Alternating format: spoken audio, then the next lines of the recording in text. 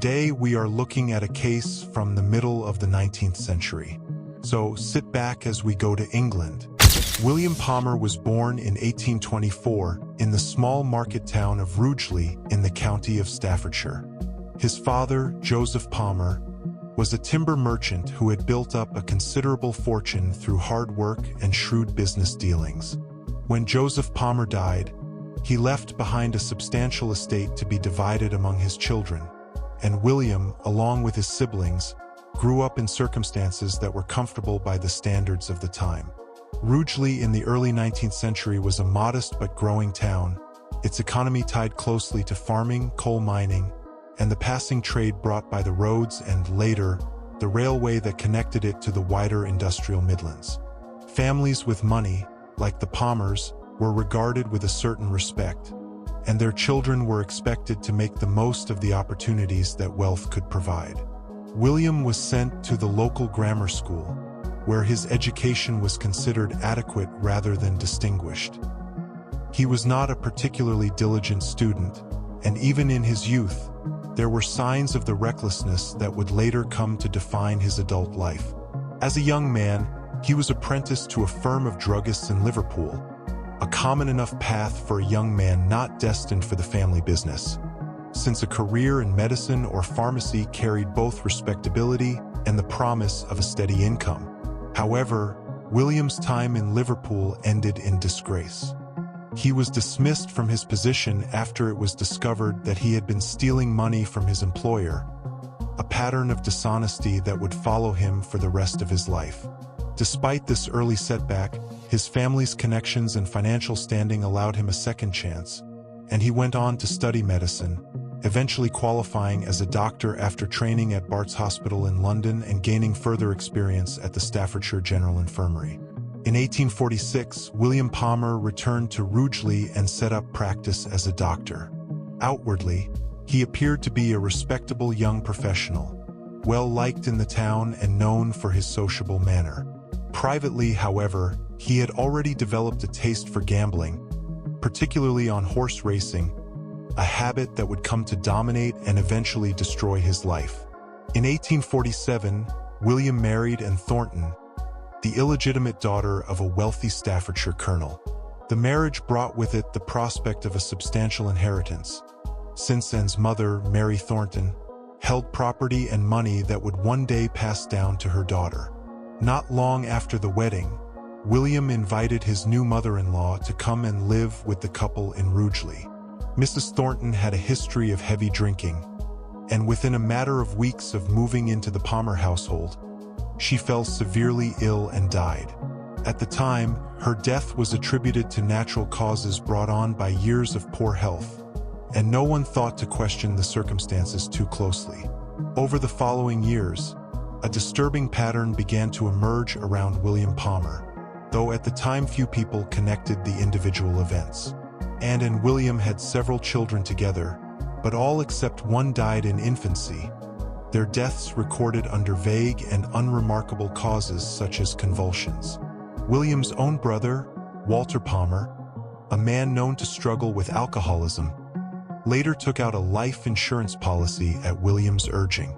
Not long afterward, Walter too was dead, and William, as the beneficiary, collected a substantial payment from the insurance company. By the early 1850s, William Palmer's gambling debts had grown to an alarming size.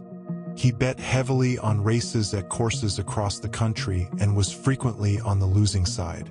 To fund his habit, he borrowed money against forged promissory notes bearing the signature of his own mother, Sarah Palmer, and he began looking increasingly toward insurance and inheritance as a way of solving his financial troubles. In 1854, Palmer's wife, Anne, fell seriously ill with severe stomach pains and vomiting. Her condition worsened rapidly, and within a short time she died. William had taken out a life insurance policy on her only months before her death, and the payout, amounting to around £13,000, a huge sum for the period, went directly to easing his mounting debts. To those around him, her death appeared to be nothing more than a tragic illness. Few people at the time had reason to suspect that poison might be involved. In November 1855, William Palmer traveled with a close friend and fellow gambler, John Parsons Cook, to the races at Shrewsbury. Cook had a stroke of good fortune, winning a considerable sum of money on a horse named Polestar. That evening, the two men celebrated together, and shortly afterward, Cook began to complain of severe stomach pains. His condition deteriorated over the following days, marked by vomiting, violent convulsions, and episodes in which his body would stiffen uncontrollably, symptoms that closely resembled poisoning by strychnine, a substance that Palmer, as a trained doctor with easy access to chemists, would have known how to obtain and administer. Throughout Cook's illness, Palmer remained close by, insisting on caring for his sick friend personally and even preparing food and medicine for him. Cook's condition continued to worsen, and he died on the 21st of November, 1855. Almost immediately after his death, Palmer attempted to collect on Cook's winnings from the races, claiming that Cook owed him money, and he pressed Cook's stepfather for access to Cook's financial affairs. Cook's stepfather, William Stevens, grew suspicious of the speed with which Palmer was trying to settle matters and demanded a proper post-mortem examination. Palmer, aware of the danger this posed to him, attempted to interfere with the process. He was seen tampering with the jar containing samples taken from Cook's body during the examination, apparently hoping to disrupt any chemical analysis that might reveal evidence of poison. He also attempted, without success, to bribe the local postmaster to intercept correspondence relating to the case. Despite his efforts, suspicion around Palmer continued to grow.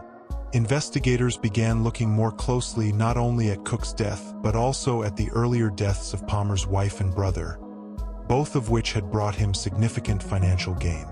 The pattern that emerged, wife, brother, friend, each insured, each dead under suspicious circumstances, each benefiting William Palmer financially, was enough to see him arrested and charged with murder. Given the intense public interest and hostility toward Palmer in Staffordshire, the authorities feared that he could not receive a fair trial locally. As a result, a special Act of Parliament was passed to allow the case to be tried at the Central Criminal Court in London, at the Old Bailey, rather than in Staffordshire. This became known as the Palmer Act, and it remains one of the most notable legal legacies of the case. The trial began in May 1856 and attracted enormous public attention, with newspapers across the country following every detail. The prosecution built its case around the circumstantial evidence, the symptoms consistent with strychnine poisoning, Palmer's clear financial motive, his medical knowledge, and his attempts to obstruct the post-mortem investigation. The defense argued that strychnine could not be conclusively detected in Cook's remains using the forensic methods available at the time, and that the case against Palmer, while suspicious, was not proven beyond doubt. After a trial lasting 12 days, the jury retired to consider their verdict. It took them only a little over an hour to return with a decision. William Palmer was found guilty of the murder of John Parsons Cook.